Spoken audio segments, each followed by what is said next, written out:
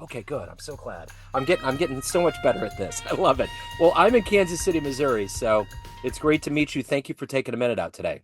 Yeah, no, absolutely. I'm glad to be here and be on the show. Yeah, me too. So let's begin our journey into your work and with coaching and everything that you do by asking you this. I know we're getting into COVID fatigue. We're all just tired of it, but it was such a big thing to survive that pandemic 4 years ago.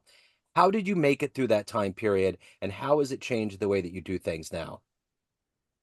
Yeah, I think I mean, this word probably got overused a lot back then, pivoting, right? You're having to pivot. And I think, for me, I was very fortunate where before the pandemic even began, I was already starting to do remote work with clients and do some video calls and start to make that kind of normal to sometimes do that. And so when COVID hit, then it was just forced everybody to do that. And so my business kind of just moved to remote for a period of time and then eventually got into kind of a hybrid mix of both remote as well as in person when we were allowed to get back to doing in person. And other than that, I spent a lot of time just kind of doing a lot of the back end stuff. I created an online course, so using that extra time to really kind of, be in a good position for when things did kind of pick back up to let the business continue to go in a good direction. So let's get to the heart and soul of what you do for a living. I know you're helping the mindset of athletes, major athletes around the globe. But if I was to put you in front of a bunch of third grade students at career day, and one of the kids was like, "Hey, what do you do for a living?" How do you answer them? I basically would answer them to say that, those things that like confidence when you feel good or that little voice in your head, and sometimes it tells you maybe you made a mistake. So my job is to help athletes make sure that those I guess I can't say intangible. Third grade wouldn't know what an intangible is, but those things that you generally can't see that can impact how well you can maybe go kick that ball or throw that baseball or be able to recover from when you maybe don't do it the way that you would like to and keep moving forward. That's what I help athletes do. So, what did you want to be when you were in the third grade? I had no clue. I wasn't one of those kids that sat there and was like, "This is exactly what I was." I was busy playing hockey, doing school just to do school, and I was completely focused on playing hockey. Probably in third grade, I thought I'd make it to the NHL because at that point when you're that young, you don't realize females can't make it to the NHL. So that was probably what I was thinking of at that point in time. So, take me back to your childhood. What were the seeds that eventually evolved into who you are today by helping athletes shape their mindset and being in this world? How did this happen? I think it happened very organically for me. It wasn't any moment where I went, "Oh, this is what I want to do." I was so immersed in the world of sports as a kid. I was a very, very high level hockey player, but I played everything else. I played soccer, I played tennis, I played golf, I played basketball. I was so busy in the sports, especially in elementary school, everything that I could get my hands on, and I was excelling in that world where school was very difficult. So for me, sports provided this wonderful environment to really be able to thrive and to know what success felt like and to find a place where I could meet people who had kind of a common goal and a common mindset similar to mine. And that was really, something that was very important to me. And then obviously as I got older, more pressure gets put on the table when you start to realize how good you really are. And that happened probably around grade 7 or grade 8, where the realization that I was actually pretty good at this and maybe doing something beyond where I currently was an option. And that point, it was going to college in the States. That was the kind of the ultimate goal for a young female hockey player was to get a scholarship. And so that became my focus. And as I said, I just kind of was doing school as a way you got to do school and let's focus on going and playing hockey. But as I got through later into high school, I did burn out and I took actually 2 years completely off from competitive hockey. My last year of high school and then the first year of undergrad. So I'd had these scholarship offers to some fantastic schools like Colgate, Mercyhurst, and a number of other kind of schools in that northeastern part of the U.S. And I kind of walked away from that, and I needed to, kind of figure out some other things in my life. And then kind of first year of undergrad, I was in Canada and I got the itch to get back, and I was in a place where I was able to, and so I was able to kind of move myself into going back and getting a scholarship to go to Clarkson University in upstate New York. And then again, kind of found my way moving back to Canada after first year due to just some things with the coaches at that school, and to find a place that where I could again thrive and be happy and enjoy what I was doing, which was really important to me. I didn't want it to not be an enjoyment. Why spend all that time if you're not going to enjoy it? And so I think just through my journey of just loving sports and what it gave me, it morphed into different things. I wanted to be a gym teacher at one point. I wanted to be a sports agent. And then I realized you had to go to law school for that. So I decided that wasn't for me. And then in undergrad, I switched majors. I was a sports management major, and then I switched to psychology because I just realized sports management was very narrow focus. And I think I realized at 19 that I love sports, but I don't know if that part of sports was what I wanted to do. So I sat in a first year psychology class, loved it, and switched majors, and so that kind of allowed me to have a little bit more room to figure out what I wanted to do as I got older.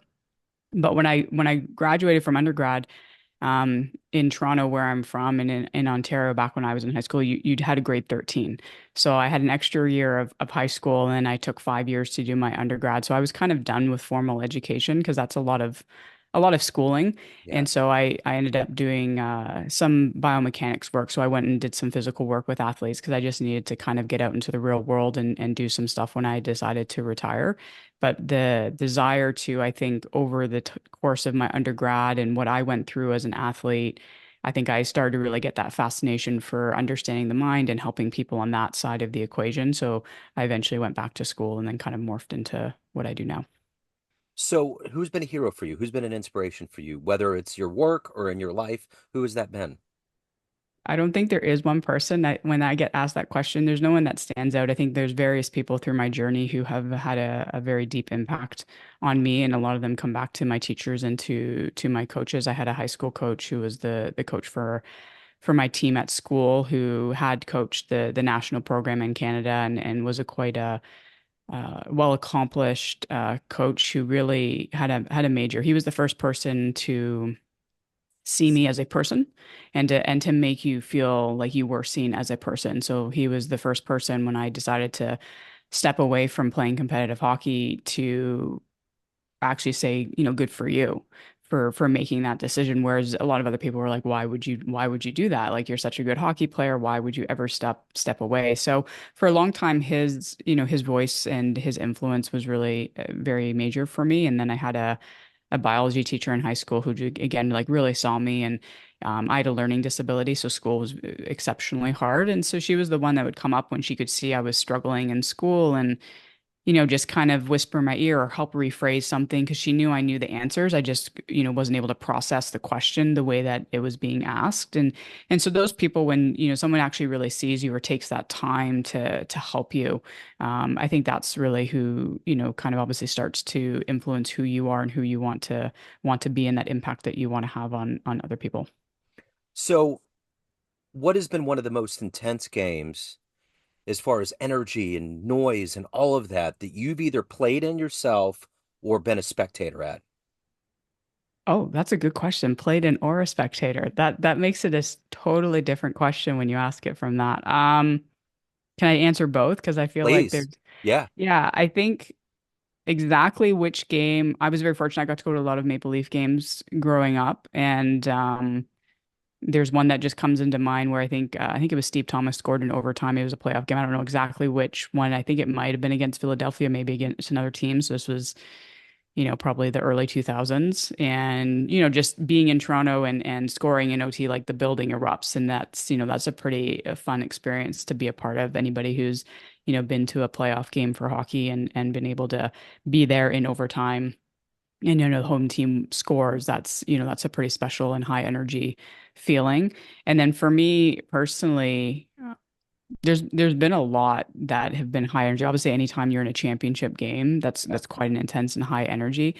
But for me, that's always been very special. Is so when I was in high school, I went to a private school in Toronto, an all females, all girls school, and we had hockey nights. So we would play our rival school, and it would be before our the kind of the all boys schools we're going to play, and we get to play in Maple Leaf Gardens or the ACC, which is now Scotiabank Center, so where the Leafs played. and the whole school would come out. And that for me was always extremely special and high energy. One, you're in a professional building getting to play in that environment, and you have your entire school, teachers, everybody there with banners, and it's probably as close as you get to that feeling of being in a program at that level, at that age. And that was always extremely special. I always played very well for those games. So the thing that gets me is I was watching the playoffs the other day, and everything is amplified 200% once you get to that point. The energy, the sound, everything that's going on. And I was thinking, there's very few people on this planet that will ever get to feel that on the field like players do. And that has to be a lot for them. They make it look easy, but it has to be a lot. And that has to play into what you help these athletes go through. Because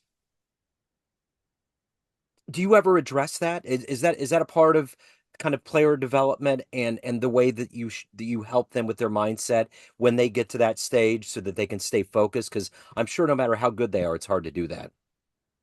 Everyone's different, and you're correct. Obviously, there's a lot of energy when you get into that type of an environment, and so for any athlete, they have to understand what does that energy do to them. And for some of them, it's right in their sweet spot, like it's in their wheelhouse, and it just it drives everything to peak performance for them. And for other athletes, it is maybe it gets them a little bit too amped up, a little bit too high. They kind of get caught up in that energy, and then maybe it's going to elevate them past where what is that sweet spot for them in terms of where their energy needs to be within them.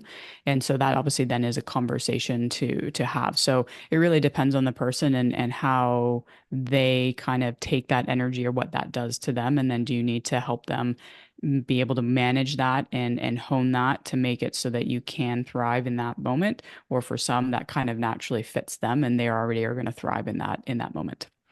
So we look at sports today, and there's so many things that are different, say from when I was a kid in like the 80s and we were watching this. There's all these metrics and there's all of these things. Like it's still weird to me to think that coaches are pulling pitchers out when they have a no-hitter and putting someone in and it's a combined no-hitter. It just baffles me. But we're getting to that point now where we're breaking all of this down to its places and pieces. With what you're doing right now with athletes, has this always been around or is this a newer advent of the sport world? I think it's definitely a newer advent. I think the breaking it down, the statistics, all the analytics that are now going on with sports has definitely evolved over time. It was when I was growing up, I think we barely, I remember the first time I watched film and I was like, oh, what's this? And it was a kind of a new thing and people didn't do it as much. And now I mean, it's well, just with technology, it's easier to break it down and give you certain highlights. Whereas before you have a VHS tape, you got to put it in, you got to fast forward and stop. And so it made it a little bit more of a different task at that point. But yeah, I remember the only stats I really knew was how many goals did I have? How many assists did I have? How many penalty minutes did I have? Um, Maybe how much ice time I had, but that may have came a little bit later in time. So I definitely didn't know like what is my shooting percentage or anything like that. And so that now is very readily available for athletes. Like you can break it down to the most minute analytical statistic that yeah, definitely wasn't there when I was playing. So when you look at all of the sports that are out there, baseball, hockey, football, UFC, all these sports, the regularity of baseball is pretty grueling. I would think out of all of the sports, usually they're going every day. They have a day off here and there. But from your estimation, what league, what athlete is going through like a mental marathon in a way that is one of the most intense? That's really hard because I do understand each sport and the nuances of each sport and what they have to go through because I've worked with athletes in all the different major sports. They all have their own challenges. So there I don't think you can say one is more from that side more challenging than another. I think they all do. Obviously, hockey and basketball have, a lot of games Yeah. associated with it, but it's a different thing that I know with football there isn't as many games, but it's a different beast. Kind of gearing yourself up just for one game a week. When you're playing every other day, you're in this rhythm. It's a little bit different. And then you could look at the UFC where they can go months, obviously, between their fights, and that's a different beast itself, having to wait and wait for when is your next fight going to be? Whereas with all these other sports, you know exactly when your next competition is going to be, and and how to prepare for that, and you have this purpose to this point at that next competition where you can sit there for months as a UFC fighter and then all of a sudden like, oh, now you got to fight. And sometimes it could be even if somebody's dropped out, it could be last minute if you want to take it. So there's just different challenges with each one in terms of how to stay focused and confident and everything that you need to do to be able to be at your best. So if you could meet and be around one person on the planet, whether it's an athlete or it's someone in your field or otherwise that you find fascinating, that you would like to see how they operate, who would that be? That's a very good question to see how somebody operates. It's going to be, definitely more out there than might most people might think. I would do like an Eckhart Tolle or a Muji, these people who are, kind of more, I guess, spiritual teachers and just helping people to find that inner peace. That for me would be the people that I would love to kind of hang out with. So your job requires you to give a lot to these athletes that are already in a high-end field to help them with their mentality. And that takes a lot out of you, but you have to hold back because you're a human yourself and you have to evolve and grow. What is that combined energy every day for you to do your job well and to hold enough back to evolve and grow as a person yourself?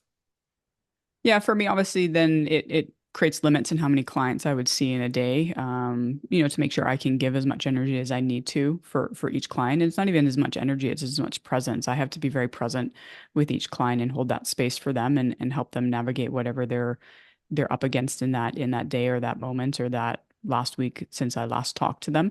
So for me, the balance really is I have to take care of myself and do my own stuff too, as you said, grow and evolve as my own person. And so making sure that I, meditate or go do saunas and cold plunges, work out, get out in nature, the things that for me really help to restore my energy, keep me balanced, keep me grounded, keep me being able to be present and therefore very present for my clients, and then making sure that I don't overload my schedule so that I don't have enough to give to each client.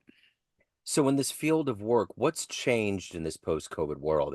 Has the way that athletes approach the game been influenced by going through this pandemic and living in this modern era? What kind of changes have you seen or challenges that you've had to address that were different from when you started in the beginning?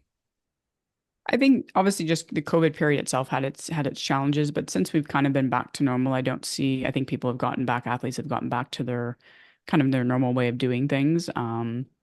They're not having to get tested every day like they used to and everything like that. So I definitely don't see, if you look at even just the last 6 months, nothing last year, athletes are back to the way that they kind of were, pre-COVID, at least from my perspective and the athletes that I've worked with. I mean, maybe some are different in different places and parts of the world. But yeah, obviously there was a stretch there that for athletes, life was very, very different, just given the grueling nature of how much they had to be tested and making sure that they're able to compete and a little bit of that stress or just not having fans in the stands. Obviously, that was very unique for some of them. What's the best advice you've ever gotten? Oh, that's a good question. The best advice I've ever gotten.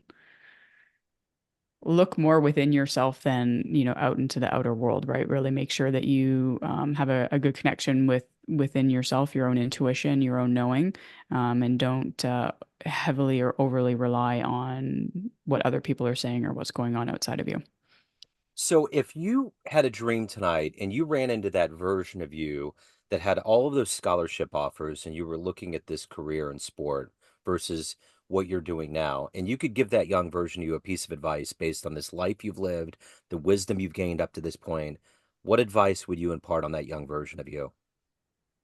Just enjoy it. Enjoy every moment of it. Enjoy the ride, really. That's, I think, the biggest thing. Enjoy each moment. Don't worry so much. Just go out there, play, and let everything unfold as it's going to unfold. So if a time machine pulls up when we get off this call and you can go back in the history and the annals of sport and see one game, be there to witness it, where are you going? Okay, I'm going to say two games. Okay. And they're just the top two that come to mind. I'm sure if I had more time to think, it may change. But game seven between the Maple Leafs and the Kings in the Western Conference Final in 1993. Okay. And then that same year, when the Montreal Canadiens won the Stanley Cup, whichever game that was, I forget how many games that final series went, to win the Stanley Cup against the Kings. That those would be the two. Awesome. So, of everything that you've done and accomplished in your life, what are you the proudest of?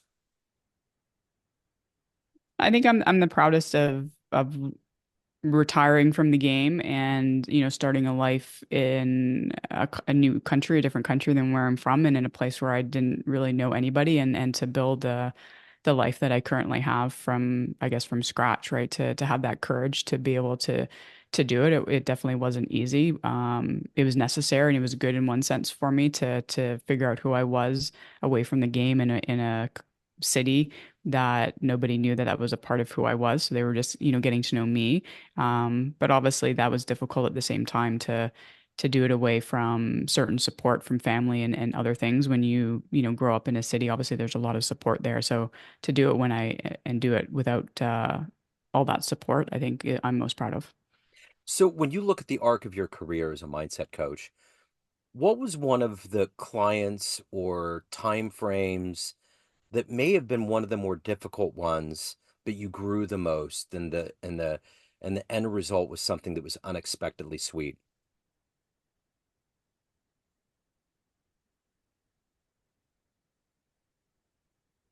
I don't think there was one specific client. I think when I got back into, I worked for a little bit with a pro hockey team, and getting into that world and just navigating that world, and taking the time to, you know, break down some of the barriers that existed and within the organization, but also just within the players. Players, and rightfully so, can be very protective and have their guard up. And there were definitely a couple of players who had very high and very strong guards up when I first walked in. And to this day now, some of them are the ones that just will call me and say, hey, and if they're in town, like, hey, let's maybe get together. So I think that's really cool to be able to see that, when you take that time and create that space and hold that space and let them kind of go through their process to maybe get to a place where they trust you, and then to really feel like you had an impact once they, feel like they can trust you. I think that's really, really impactful and special. So, at the end of the day, Kate, everyone has a perception of you: family, friends, clients, everyone that knows you, but you run the show. What's your perception of you? Who do you think you are?